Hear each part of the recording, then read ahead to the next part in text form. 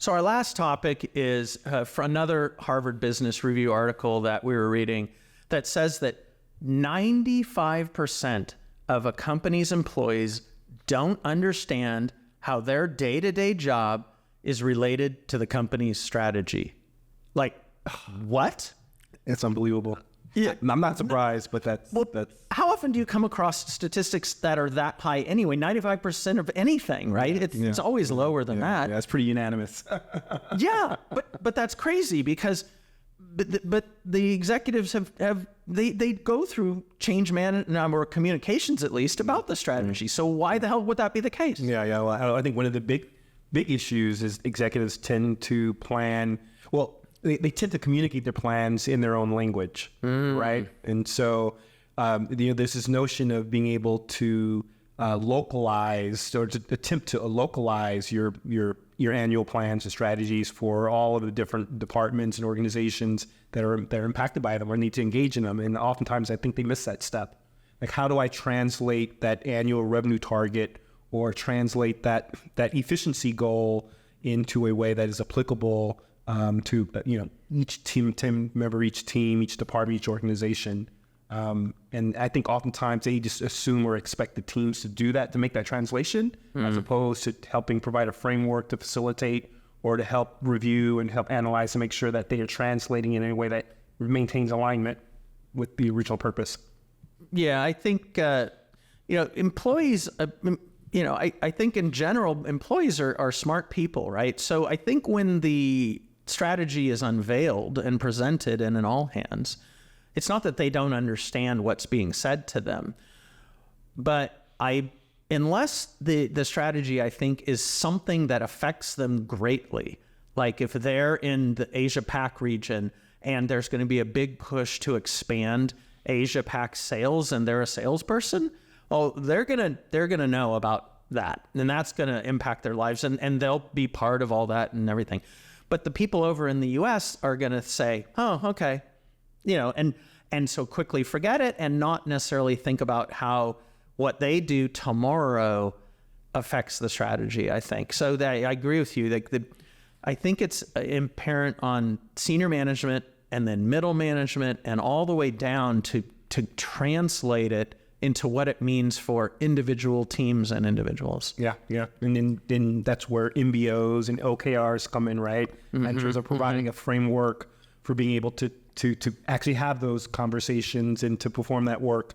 And when done right, they can be very powerful assets to ensuring, cross-group alignment and visibility and accountability towards the metrics and key results that are critical to essentially roll up back to the overall objectives that have been defined. But without that, it can be very difficult to expect teams to really understand. And I've seen in countless companies that I have supported where when it's not done properly, there's a lot of prioritization conflicts. You have different departments that are working on different things and different priorities. And it's just people are not sort of rowing in the same way at the same time, and it can create a significant impact on outcomes, unfortunately. Well, and also when I've seen it not done correctly, I'm thinking of a company I was at where the goals that everyone needed to fill out into the HRIS system were seen because of that as something that HR was making them do. And you wrote your goals using the SMART process so that they were measurable and specific and all those sorts of things. Presented them to your boss. The boss said, okay, and then you pasted them into the tool, and then you were done. Yeah. At the end, didn't see them again until a year later. Cycle. Exactly. At the end of the cycle, you go back, you look at it with your boss, and then you explain why 3/4 of them didn't really apply anymore, because everything changed along the way, and you forgot to update them. Yeah, sure. So I think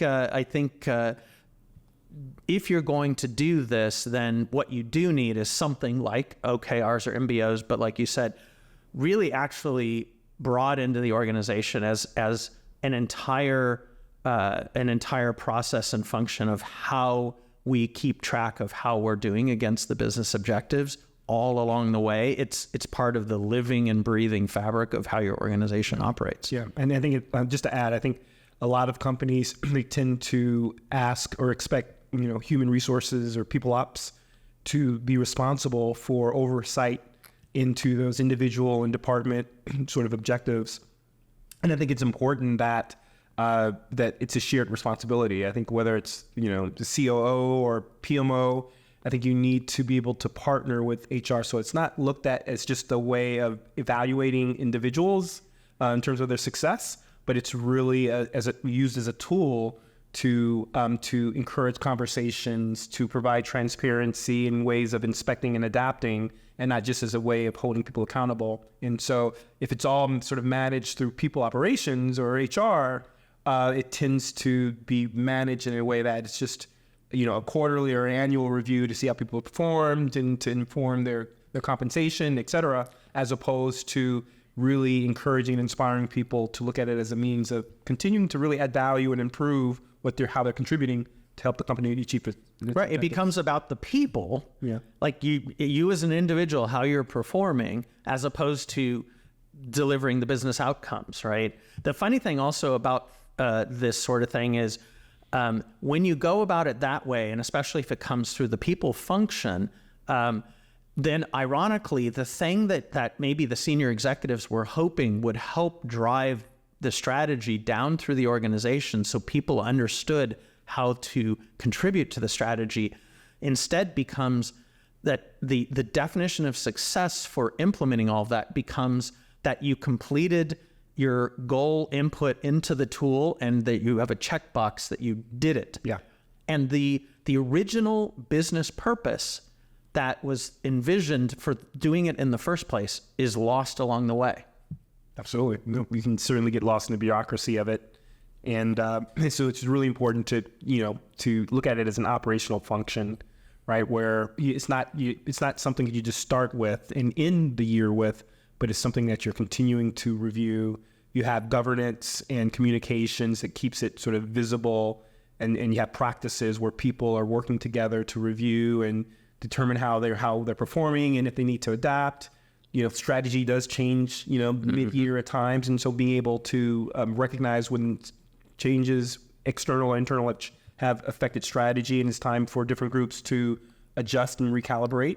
And so having those structures in place so that can happen, and so that people can continue to stay as adaptive as the external market forces may require the company to. One of the things I've seen that's actually been pretty successful in implementing, in this case, OKRs at a company, is they actually pulled a senior executive out of his day job to lead this. And that person reported to the CEO. So it wasn't an HR function or some other, it wasn't seen as part of that. It was an independent person with a small team of people, of coaches and things, who also were pulled, a number of A players pulled from different parts of the organization. And their job was to not only teach everybody how to do this, but to evangelize it and help and coach everyone along the way, because you're going to have some early adopters, you're going to have some laggards. And so the idea is, where it has failed in the past is when you ask HR or some other function to just kind of do it.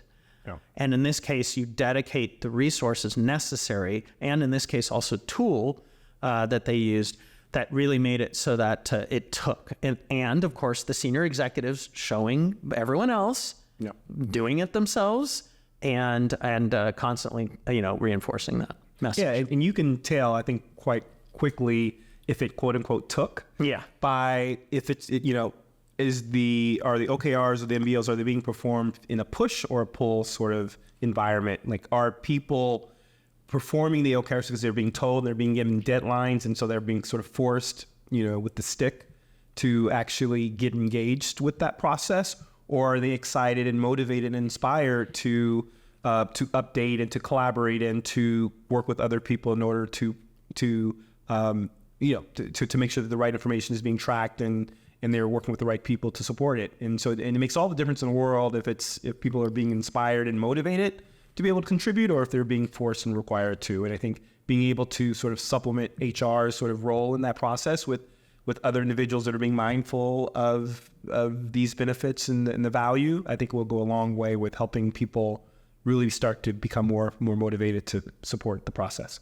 Exactly. And back to a comment that you made earlier about data, measuring this, right, along the way. I think at the beginning, of course, it's all push, or, it's all pull. You're trying to force people to do something that they're not sure they want to do, and you only have a few early adopters and who are excited about this, or maybe people that did it at another company. Yeah. But over time, you want to try and track and see how it's taking, and also the way people speak in meetings and the way people speak in decisioning and strategy sessions and stuff. If they start to use the language, if it becomes clear that as something shifts, that people go in and edit and change their objectives to right then and there, instead of waiting to be told by some function like HR, it's time to do your quarterly update, that sort of thing. So yeah, that should really, I think, help a lot with the 95% issue around people don't know what the heck's going on and why they're doing it. It should make a bit of an impact, I would think. Yeah, absolutely. All right. Well, thank you very much for joining us today with our inaugural episode of Future of Work 2.0. We really appreciate your joining us. Yep. We look forward to you joining us on future episodes. Take care.